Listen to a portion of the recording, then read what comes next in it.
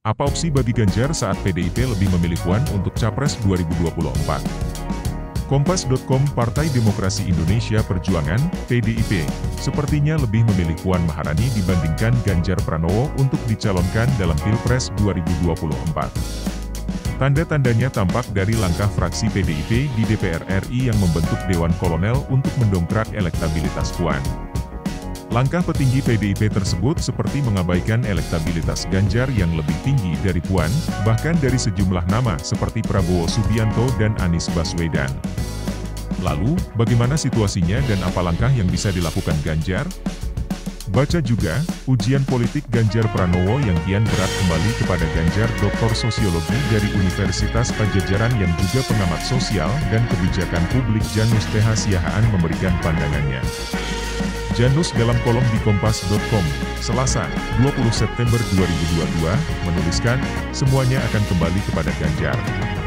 Menurut Janus, elektabilitas Ganjar yang tinggi bisa tak berarti jika pada ujungnya tidak memiliki partai untuk maju sebagai Capres 2024. Ganjar Pranowo bisa saja gagal menjadi Capres jika tetap bertahan untuk berharap hanya dimajukan oleh PDIP, meskipun semua lembaga survei menempatkannya di posisi teratas, kata Janus.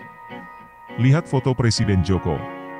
Situasi Ganjar saat ini menurutnya berbeda dengan yang dialami Puan. Meskipun hasil survei Puan terbilang sangat kecil, Puan tetap bisa maju menjadi Capres atau Cawapres, karena sudah mengantongi dukungan partai sebagaimana Amanat U Nomor 42 Tahun 2008 tentang pemilihan umum Presiden dan Wakil Presiden. Dengan kata lain, Puan secara politik praktis sudah berada di depan Ganjar Pranowo satu langkah, ungkapnya. Janus menyebutkan, jika Ganjar memang ingin serius maju pada laga 2024, tidak ada cara lain selain mulai fokus pada penguatan infrastruktur politik. Hanya ada dua opsi bagi Ganjar sementara itu, Janus menyebutkan, pilihan tersisa bagi Ganjar Pranowo hanya dua saat ini. Pertama, tidak maju sebagai Capres dan tetap menjadi kader PDIP yang baik dengan mendukung Puan maka minimal satu kursi menteri akan di tangan. Sedangkan pilihan kedua, tetap maju sebagai Capres tanpa PDIP.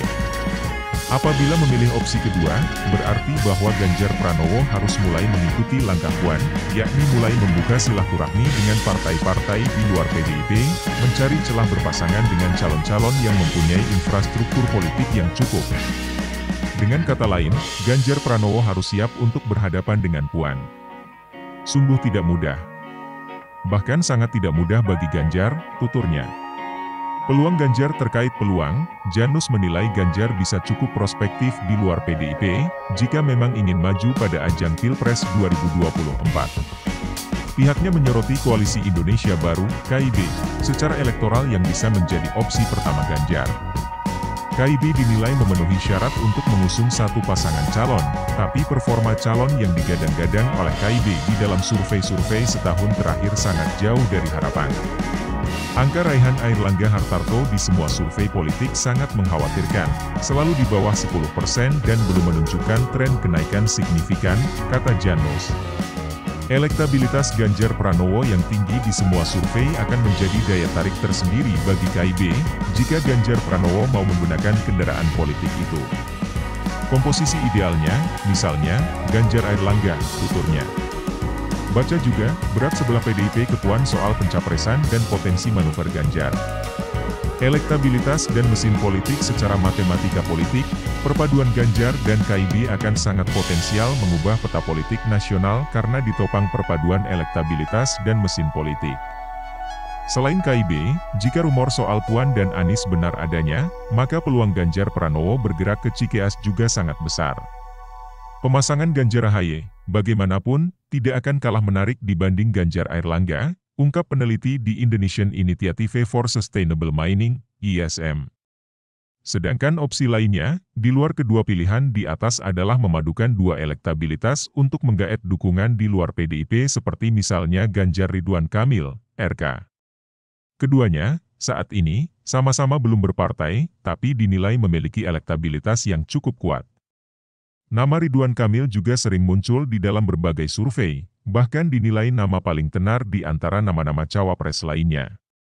Jika Ganjar dan RK bisa lebih lihai bermanuver, tidak menutup kemungkinan akan menggaet beberapa partai, minimal untuk memenuhi syarat konstitusional maju pada ajang Pilpres 2024, paparnya. Dapatkan update berita pilihan dan breaking news setiap hari dari Kompas.com.